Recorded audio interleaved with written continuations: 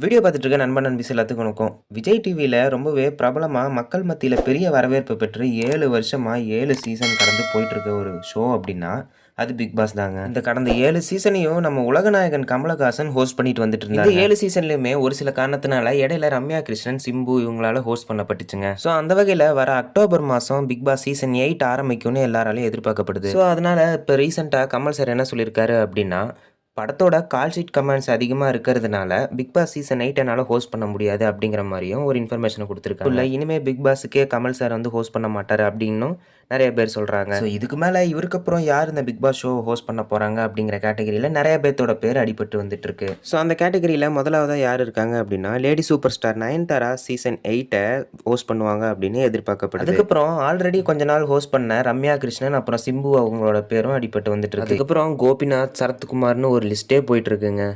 இந்த விஷயம்லாம் எந்த